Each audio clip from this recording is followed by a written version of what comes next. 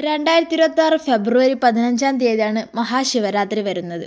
എല്ലാ വർഷവും കുംഭത്തിലെ കൃഷ്ണപക്ഷത്തിലെ ചതുർദശിയിൽ ആഘോഷിക്കുന്ന ഒരു ഉത്സവമാണ് ശിവരാത്രി. ആത്മാർത്ഥ മനസ്സോടെ മഹാശിവരാത്രി വ്രതം അനുഷ്ഠിക്കുന്ന ഒരു വ്യക്തിയുടെ എല്ലാ ആഗ്രഹങ്ങളും സഫലമാകുമെന്നാണ് പറയപ്പെടുന്നത്. പെൺകുട്ടികൾക്ക് നല്ല വരനെ കിട്ടാനും ദാമ്പത്യത്തിലുണ്ടാകുന്ന എല്ലാ പ്രശ്നങ്ങളും ഇല്ലാതാക്കാനും ഈ വ്രതം വളരെ ഫലപ്രദമാണ്.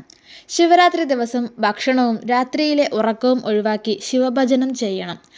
സകല പാപങ്ങളും ഇല്ലാതാക്കുന്ന ശിവരാത്രി വ്രതത്തിലൂടെ കുടുംബത്തിൽ ഐശ്വര്യവും അഭിവൃദ്ധിയും കളിയാടുമെന്നാണ് വിശ്വാസം.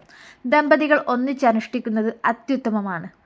ശിവരാത്രി ദിവസം ഭക്തിപൂർവ്വം ശിവക്ഷേത്ര ദർശനം നടത്തിയാൽ നമ്മൾ അറിയാതെ ചെയ്ത പാപങ്ങൾ പോലും നശിക്കുമെന്നാണ് വിശ്വാസം. ശിവരാത്രിയുമായി ബന്ധപ്പെട്ട് 2 പുരാണ കഥകളാണുള്ളത്. ആദ്യത്തേത് പാലാഴി മഥനം നടത്തിയപ്പോൾ രൂപം കൊണ്ട കാളക്കുട വിഷം ലോകത്തിൻ്റെ രക്ഷയ്ക്ക് വേണ്ടി ശ്രീ പരമേശ്വരൻ അത് കുടിച്ചു. ഈ വിഷം ഉള്ളിൽ ചെന്ന് ഹാനികരമാവാതിരിക്കാൻ ശ്രീ പാർവതി ദേവി അദ്ദേഹത്തിൻ്റെ കണ്ടത്തിൽ മുറുക്കിപ്പിടിക്കുകയും വായിൽ നിന്ന് പുറത്തു പോകാതിരിക്കാൻ ഭഗവാൻ മഹാവിഷ്ണു വായ പൊത്തിപ്പിടിക്കുകയും ചെയ്തു. അങ്ങനെ വിഷം കണ്ടത്തിൽ ഉറക്കുകയും ഭഗവാന് നീലകണ്ഠൻ എന്ന പേര് ലഭിക്കുകയും ചെയ്തു. ഭഗവാന് ആപത്തൊന്നും വരാതെ ശ്രീ പാർവതി ദേവിയും മറ്റു ദേവീദേവന്മാരും ഉറക്കമൊളിച്ചിരുന്ന് പ്രാർത്ഥിച്ച ദിവസമാണ് ശിവരാത്രി എന്നാണ് വിശ്വസിക്കുന്നത്. രണ്ടാമത്തത് ശിവമാഹാത്മ്യവുമായി ബന്ധപ്പെട്ടതാണ്.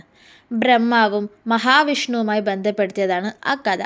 മഹാവിഷ്ണുവിൻ്റെ നാഭിയിൽ നിന്നും ഉടലെടുത്ത താമരയിൽ ബ്രഹ്മാവ് ജന്മമെടുത്തു. അപ്പോൾ ബ്രഹ്മാവിന് മഹാവിഷ്ണുവിനെ മാത്രമേ കാണാൻ കഴിഞ്ഞുള്ളൂ. ബ്രഹ്മാവ് മഹാവിഷ്ണുവിനോട് ചോദിച്ചു, "നീ ആരാണ്?" അപ്പോൾ വിഷ്ണു ഭഗവാൻ പറഞ്ഞു, "നിന്റെ സൃഷ്ടാവും പ്രപഞ്ചപാലകനുമായ നാരായണനാണ് നാം." പക്ഷേ ഈ ഉത്തരം ബ്രഹ്മാവിന് തൃപ്തി നൽകിയില്ല. അവർ തമ്മിൽ യുദ്ധം ആരംഭിച്ചു. അപ്പോൾ ഒരു ശിവലിംഗം അവർക്ക് മധ്യേ പ്രത്യക്ഷപ്പെട്ടു. അതിൻ്റെ മേലഗ്രവും കീഴഗ്രവും ദൃശ്യമായിരുന്നില്ല. യുദ്ധം അവസാനിപ്പിക്കാനും ജ്യോതിർലിംഗത്തിൻ്റെ അഗ്രം കണ്ടുപിടിക്കുന്നവനുമാണ് ശ്രേഷ്ഠനെന്നും ഒരു അശരീരി മുഴങ്ങി. അഗ്രങ്ങൾ കണ്ടുപിടിക്കാൻ ബ്രഹ്മാവ് അതിൻ്റെ മുകളിലേക്കും വിഷ്ണു ഭഗവാൻ താഴേക്കും സഞ്ചരിച്ചു. വളരെ പരിശ്രമിച്ചിട്ടും 2 പേരും പരാജയപ്പെട്ട് പൂർവ്വസ്ഥാനത്ത് തന്നെ വന്നു നിന്നു. അപ്പോൾ ശ്രീ പരമശിവൻ പ്രത്യക്ഷപ്പെട്ടു. പരമശിവൻ പ്രത്യക്ഷപ്പെട്ടത് മാഘമാസത്തിലെ കറുത്ത പക്ഷത്തിലെ ചതുർദശി രാത്രിയിലാണ്. എല്ലാ വർഷവും ഈ പുണ്യരാത്രി വിശേഷമായി അനുഷ്ഠിക്കണമെന്നും മംഗളകരമായി അത് ശിവരാത്രി എന്ന് അറിയപ്പെടുമെന്നും മഹാദേവൻ അരുളി ചെയ്തു. ഈ 2 പുരാണ കഥകളാണ് ശിവരാത്രിയുമായി ബന്ധപ്പെട്ട് പറയുന്നത്. ശിവരാത്രി വ്രതം അനുഷ്ഠിക്കുന്നത് തലേന്ന്, അതായത് പ്രദോഷ ദിനത്തിൽ ഒരിക്കലെടുത്ത് വ്രതം ആരംഭിക്കണം. ഒരു നേരം മാത്രം അരിയാഹാരം, ബാക്കി 2 നേരം പഴങ്ങളൊക്കെ കഴിച്ചിട്ട്. പകലുറക്കം, എണ്ണ തേച്ച് കുളിയൊന്നും പാടില്ല.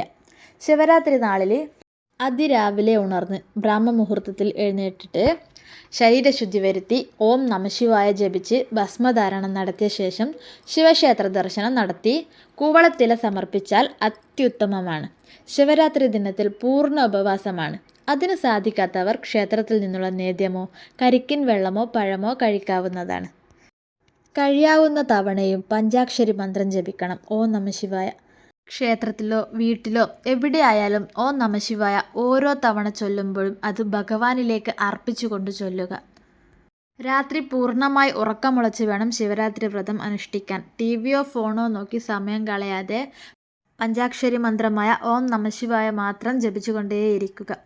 പിറ്റേന്ന് കുളിച്ച് ക്ഷേത്രത്തിലെ തീർത്ഥം സേവിച്ച് പാരണ വീട്ടാം. ശേഷം പകലുറക്കം പാടില്ല.